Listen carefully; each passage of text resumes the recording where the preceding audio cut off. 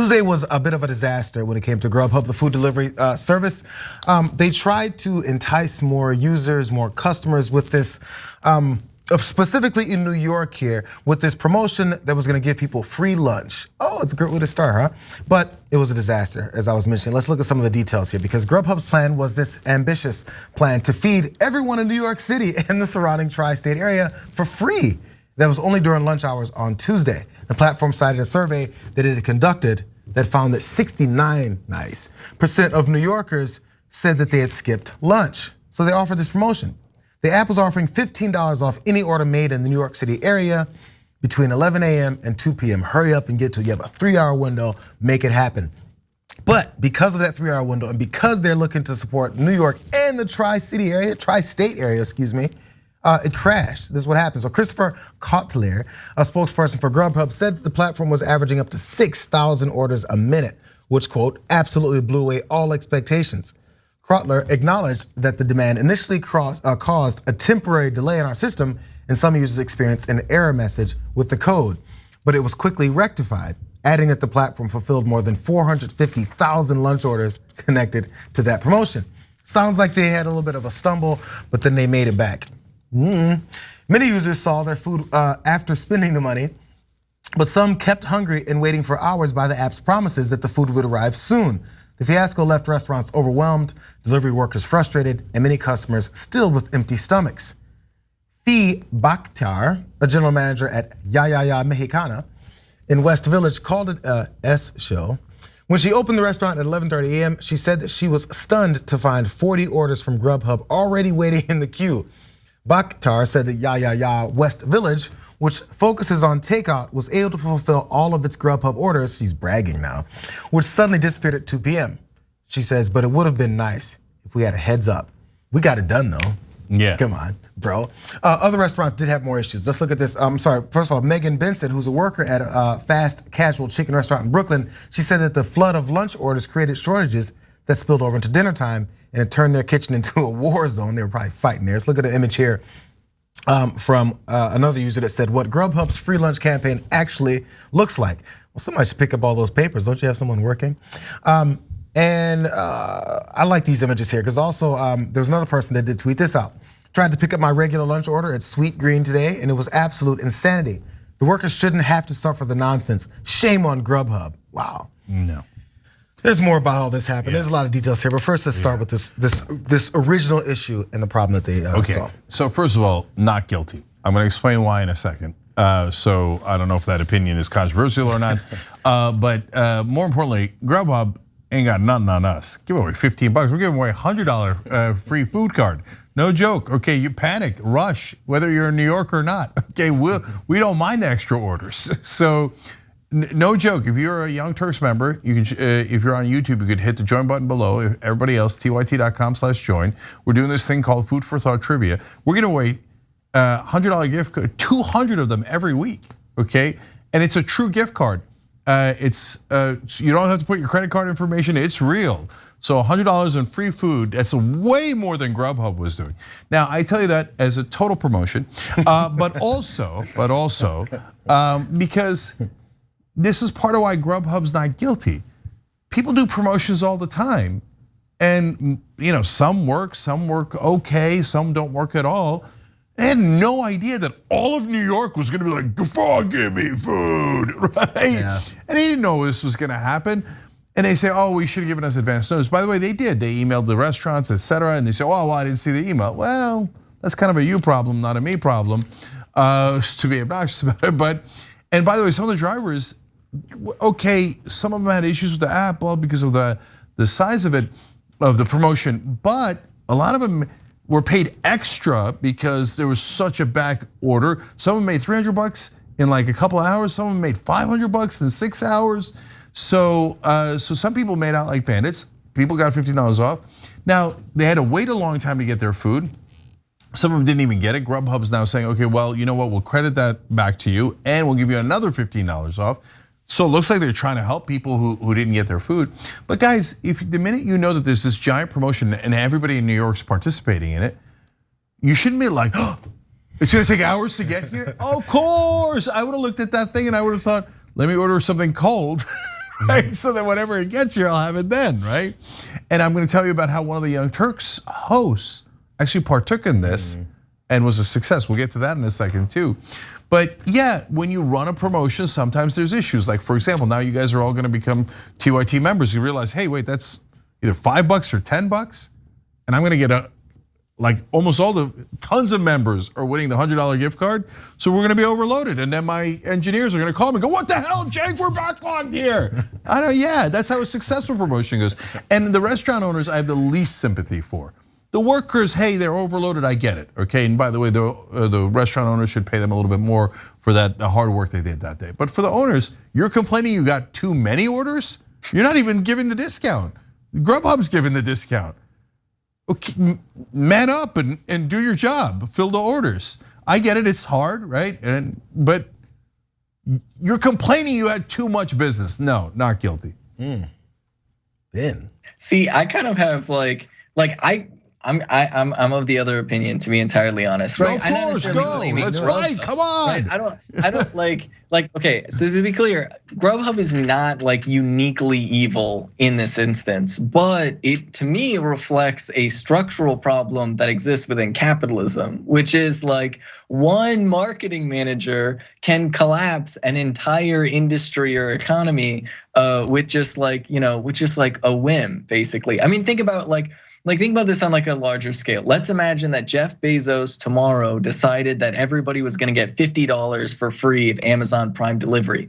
There's an argument to be made that people would order so much stuff that it could like substantially crash like the global economy for a certain period of time, because the ability to just ship things from one part of the world to another, like all of these supply chains, like they have like certain expectations. And like ultimately, like the problem with capitalist organizing of society is it puts so much power in the hands of so few people, right? They're basically dictators over a huge chunk of the economy, where like other businesses that like serve into like these like core tech industries, they can find themselves, sort of victimized by this. And like basically, like with a restaurant, imagine like you run out of food, tomorrow, and then what do you get resupplied your restaurant every week? Definitely not every day. You're not stocking your freezers every day. But because now all of a sudden, if all these restaurants are like dealing with this, then there's gonna be like probably supply chain issues down the line as well, especially with like all of the different food recalls and stuff that have happened lately. Because like, look, the reason why a lot of people are skipping lunch, I'm gonna go make a guess and say that it's because, especially in a place like New York, where rent has gone up, like sometimes doubled in many instances. Like I bet there's a lot of folks that are skipping lunch, right? I've lived a lot of my life eating just one meal a day, right? Much less just 2 meals a day. So if I found out that I was gonna get $15 off, you bet that I would be doing that order. So in that sense, maybe GrubHub was trying to be nice to people that were hungry, but on another sense, like, this is just, I think, shows the limits of capitalism right here. So Socialist Ben says it's capitalism's fault. Here, capitalist Cenk, what do you say? I like to mediate this. Okay, I like that we got a referee here. Okay, we got a TYT host food fight here. Okay, so luckily you'll get 15% off. No, I'm kidding. Well, actually, you will get a $100 gift card. Yeah. But all right, so seriously, guys, look. I got this great neighbor. He's a good old boy from Louisiana, and he's now a good progressive, and so he tells me these great like folksy stuff, right? So just yesterday he told me he's step 2. Okay, so let me explain what step 2 is.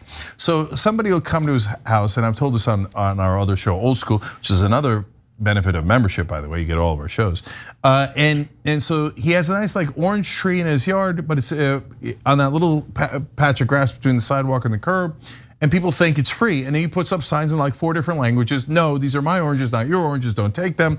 And people come and they'll start taking the oranges. He'll come out and he'll go say, "Hey, how you doing? Hey, where do you live?" And they're like, "What do you mean?" He's like, "No, I just want to know where you live. Give me your address." And they're like, "What do you mean?" And he's like, "Well, you're taking my stuff, so I want to come over to your house and take your stuff." Okay, and then they'll get all flummoxed and stuff. And he says, "Look, I'm step 2. Step 1 was you taking my stuff. Step 2 was me asking you where you live. Okay, we wouldn't have gotten to step 2 if you hadn't done step 1. So I say that as a long way of saying, yeah, GrubHub did step 2 here, but it's not step 2 that's the problem, it's step 1. And it was right in the beginning of the story, which goes to Ben's point and a point that I will agree with him on. There's some of the structural issues that we're facing here. 69% of working New Yorkers skip lunch. 69, 7 out of 10 New Yorkers are too poor to eat lunch in New York. Holy cow, you know why? This one is on capitalism, because every company squeezes their employees, public corporations, squeeze their employees to maximize profit to literally the lowest they could possibly pay them without a revolt. So they don't have enough money to eat while on the job. So that's a massive problem. That's step 1 is the problem. So GrubHub trying to alleviate that with step 2 caused an issue, but that's just a symptom. The disease is the issue. Now, when you turn to GrubHub and the particular debate that Ben and I are having, kind of, so Ben, in the Amazon situation, you have a near monopoly, and then people would say not near, an actual monopoly situation. And there's real monopolistic issues that Amazon has, especially when it competes with other people on their own platform and rigs the rules. That is a classic monopoly problem. But GrubHub isn't really in a monopoly situation. There's tons of food delivery apps. So it's not like, oh, you gotta use GrubHub. No, you use DoorDash, Postmates, or whoever else I'm gonna do a plug here for, right? So there's tons and tons of those. So I don't think that they're the issue. I think they were trying to do, and did they do it out of the goodness of their heart? No, they thought it was a good time to promote their brand. And by the way, that was a spectacular success because everybody's talking about GrubHub. If I'm a GrubHub executive, I think, nailed it. Okay, I'm keeping it real. Yeah, I mean, and that's that's the thing, right? Like GrubHub is responding to like a larger system, right? GrubHub is responding to a larger system, but that's like any company, right? Any capitalist institution is just going to look at like what's going to make them the most profit, right? But that's kind of like that's kind of the problem, the fact that GrubHub could have this much of an influence, right? People shouldn't be going hungry, right? There should be, I mean, dare I say, if we had food as a public utility. If we had food as a public utility, nobody would be skipping meals then. Nobody would be skipping meals then.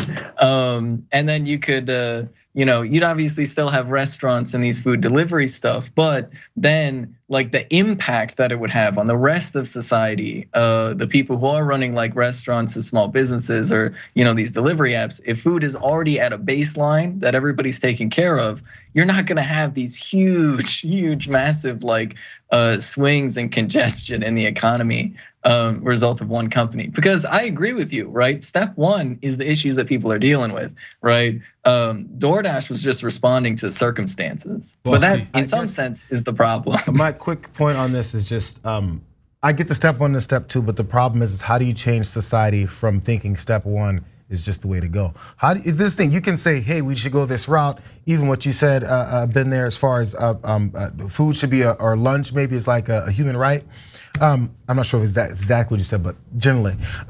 Then people still are gonna revolt because they still think, oh my God, I'm not supposed to get anything. I'm supposed to be beaten down to the final penny like you're saying because they're so used to it. Society as a whole has to change our perspective for different kinds of forms of government or even like the way society runs to be implemented, and I don't see that ever happening. And by the way, JR, the reason why everybody thinks like, wait, I'm not allowed to get free. In fact, it happened with inflation and higher wages.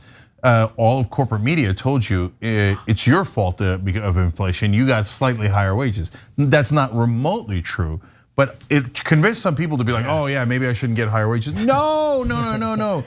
I mean, step 1A is corporate media lying to you and telling you that you should take the bare minimum and enjoy it, right? And be proud of it. And be proud that you're living on the bare minimum.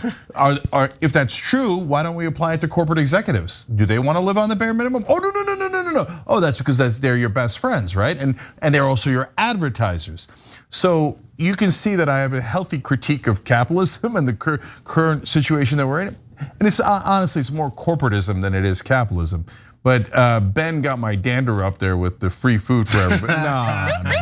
No, I'm too much of a capitalist for that. And I know what you're thinking. Hey, easy for you to say, Cenk. You obviously haven't skipped any meals at all.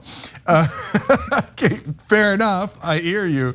But no, once you get into free food, that is a completely different situation. How much free food? Who gets it? What do they get? $15 worth. Okay. Well, on that From front, 11 to okay, 2. let me make this argument. You know, we pay farmers not to farm, right? Actually, like literally for the farming economy by itself right now in the United States, if we let it be a free market, it would literally be too cheap to meter. It literally is not profitable because we produce too much food. We are capable of producing way too much food that actually if we were operating on a completely free market, we would be paying people to eat food. The government actually has to go out of its way to make food cost money by paying farmers and managing the farming economy so that we're not overproducing food. And then there's obviously the issue of food waste and things like that, companies throwing it away. So free food actually would be a net gain for the government budget and society as a whole on like 6 different levels. Okay, super last thing on this. So look, you wouldn't have to pay people to eat food. That's crazy talk. Okay, but Ben's overall point is correct that the government totally skews the markets, and that's what conservatives call crony capitalism. That's what progressives call corporatism. And it's because it's not actually a free market. It's not actually competition as you're supposed to have in capitalism. Instead, corporations or giant agricultural companies go and tell the government, here, all you politicians, I'll bribe you. I'll give you $100, I'll give you $1,000, etc. Now give me free money. And that's literally what happens. And everyone should agree that makes no sense at all. In fact, even some of the right wing thinks that doesn't make any sense. The only reason why anybody thinks it makes sense is because corporate media tells you nonstop, oh, corruption in politics is great. Don't worry about it at all. That is totally normal. Yeah, of course, a company giving politicians money and then the politicians giving them 10 times, 100 times, 1,000 times that money back with taxpayer money, that is very normal. No, it's not normal. It's to how they're destroying our democracy. And I think we can all agree that's corporatism and that's the actual problem. That is step one that is causing all other problems. I need to get in on that racket. Thanks for watching The Young Turks, really appreciate it. Another way to show support is through YouTube memberships. You'll get to interact with us more. There's live chat emojis, badges. You've got emojis of me, Anna, John, JR. So those are super fun. But you also get playback of our exclusive member-only shows and specials right after they air. So all of that, all you gotta do is click that join button right underneath the video. Thank you.